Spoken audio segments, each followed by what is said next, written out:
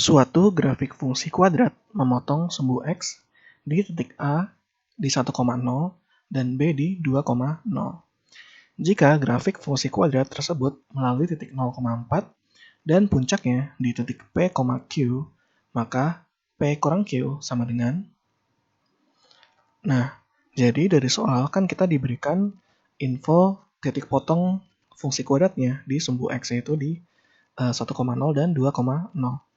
Ini kita bisa manfaatkan untuk mencari fungsi kuadratnya itu sendiri gitu. Jadi kita bisa pakai bentuknya yang Y sama dengan A dikali X min X1 dikalikan X min X2. Di mana X1 dan X2 itu adalah titik potongnya, titik potong sumbu X. Nah, karena titik potong pertama yaitu titik A di 1,0 berarti jadinya X min 1. Lalu titik potong yang kedua di 2,0 berarti X min 2. Gitu. Nah, tapi kan masih ada variabel A yang belum kita dapatkan kan. Nah, itu kita cari dengan mensubstitusi titik 0,4 ini yang ada di sini. Nah, maka kalau kita substitusi 0,4, maka kita bakal punya 4 sama dengan A dikali 0 min 1 dikali 0 min 2. Maka jadinya, ini kan jadinya min 1. Ini jadinya min 2. Berarti min 1 kali min 2 kali A. Berarti jadinya 2A kan. Nah, kalau kedua ruas kita bagi dengan 2 berarti A-nya sama dengan 2 gitu. Nah, maka kita bakal punya fungsi kuadratnya yaitu Y sama dengan 2 dikali X min 1 dikali X min 2 gitu.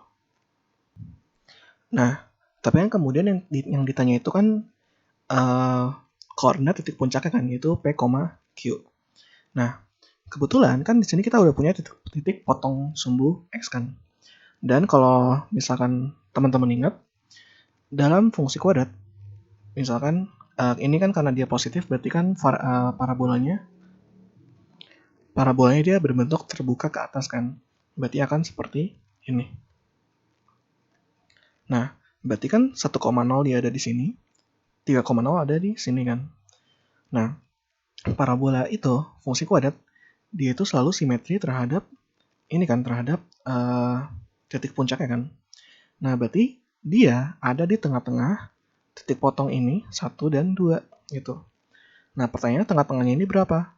Berarti cari aja 1 tambah 2 bagi 2 gitu untuk nyari titik tengah 1 dan 2.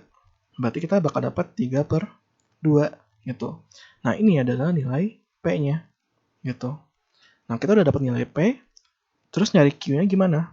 Nah, karena kita udah punya fungsi kuadratnya, tinggal substitusi aja X sama dengan 3 per 2 gitu.